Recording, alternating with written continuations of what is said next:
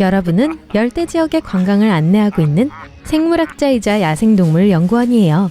거미는 날 수 있나요? 한 여자가 물었어요. 여러분은 그런 거미들이 존재한다고 대답했어요. 그 거미들은 스스로를 공중에 띄우기 위해 지구의 전기장을 사용해요. 뇌우 동안과 후에 하늘의 하전 입자들이 형성됩니다.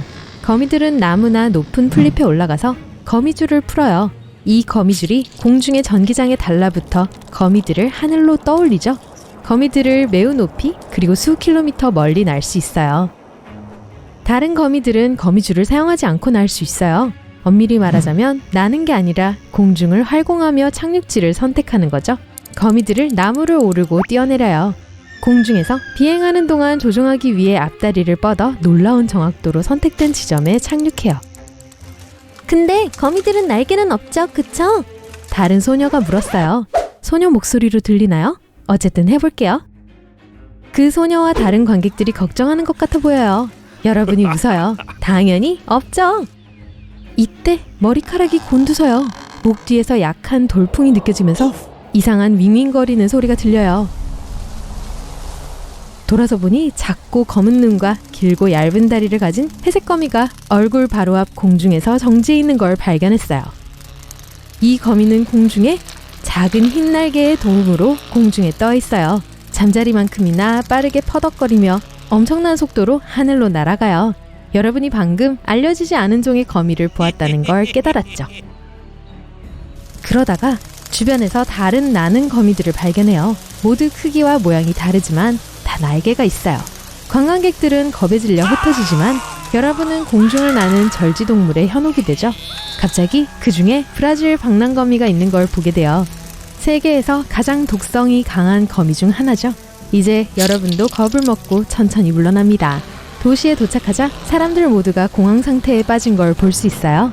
수백 마리의 거미들이 날아다니며 주민들을 공포에 떨게 하고 있어요. 땅 위를 나는 큰 거미를 보기 전까진 다들 자신들에게 거미 공포증이 있다는 것도 모르고 있었죠. 여러분은 연구센터로 달려가 다른 과학자들과 함께 무슨 일이 일어나고 있는지 알아내려고 해요.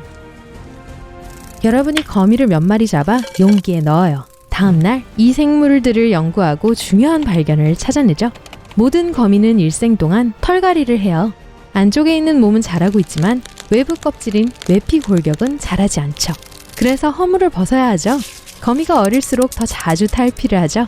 어린 것들은 한 달에 한두 번 탈피를 해요. 어른 거미는 이걸 1년에 한두 번 하고요. 과학자들은 7번째 탈피 이후에 거미가 몸 안에 위치한 날개를 만들어낸다는 걸 발견했어요. 전에는 어떤 이유에서인지 동물학자들은 이 세부 사항에 대해 모르고 있었어요. 아무래도 날개가 잘 숨겨져 있었던 것 같아요. 이제 인류는 거미 진화의 정점을 목격하고 있어요.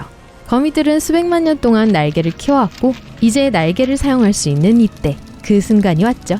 며칠 안에 세계가 극적으로 변화했어요. 그 전에는 거미들은 어두운 구석, 작은 지하 터널, 나무 몸통 안에 숨어 있었죠. 대부분은 햇빛을 좋아하지 않았고 거미줄 내를 떠나지 않던 소심한 포식자들이었어요. 하지만 이제 날개가 생겨 거미들은 용감하고 대담해졌죠.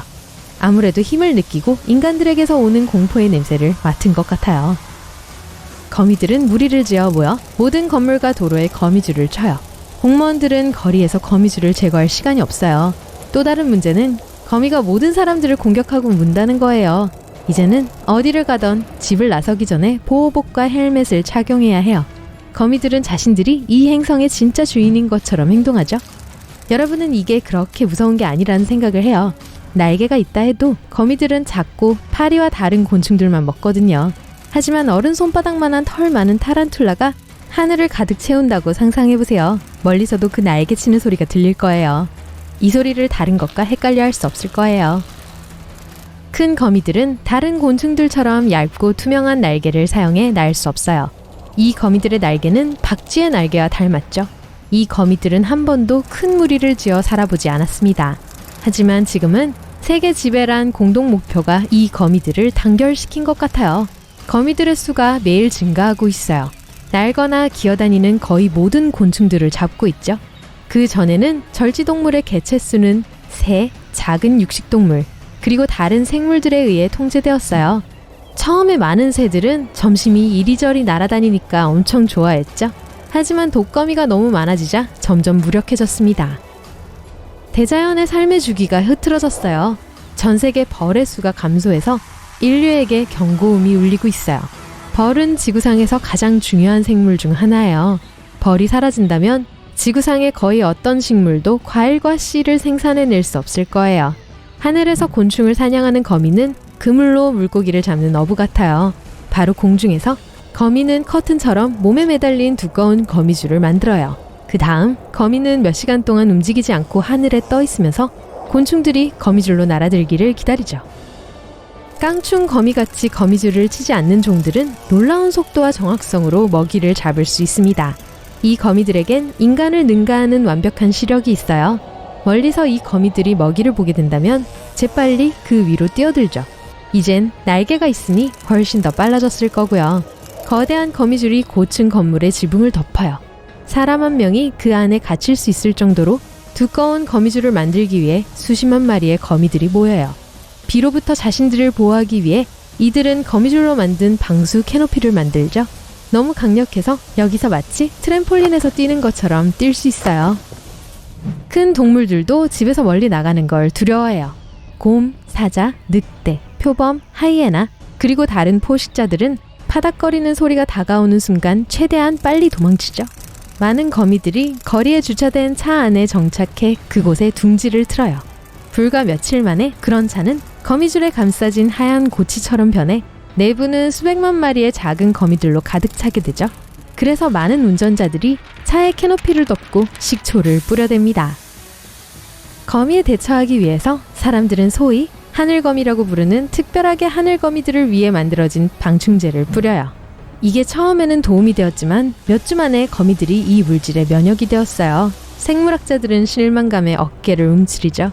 거미는 어떠한 조건에도 적응해서 계속해 개체수를 증가해 나가요. 많은 나라에서 비상사태가 선포되었고 아무도 집을 떠나지 않게 되었어요. 음식은 드론이 날라주지만 거미들은 드론마저 무장해제시키는 방법을 배웠어요. 수백 마리의 거미들이 드론을 덮쳐 두꺼운 거미줄 층으로 드론을 감싸버리죠. 드론이 땅에 떨어지면 거미들이 피자와 다른 음식들을 먹어버립니다. 구원이 없는 것 같아요. 하지만 과학자들이 갑자기 거미가 살지 않는 장소를 발견하게 돼요. 이 장소들은 열대우림과 정글에 있죠. 그러니까 정글의 대장은 거미줄을 조종하는 말벌들이었어요. 말벌은 아마도 오늘날 거미들이 두려워하는 유일한 생물일 거예요. 이 말벌들은 거미를 이용해 새끼를 돌보는 기생충들이에요. 말벌은 거미를 보면 위로 날아올라 거미 등에 알을 떨어뜨려요. 애벌레는 부하해서 거미를 먹고 살기 시작하죠. 이 애벌레는 거미류를 화학적으로 영향을 미쳐 정신을 조종합니다.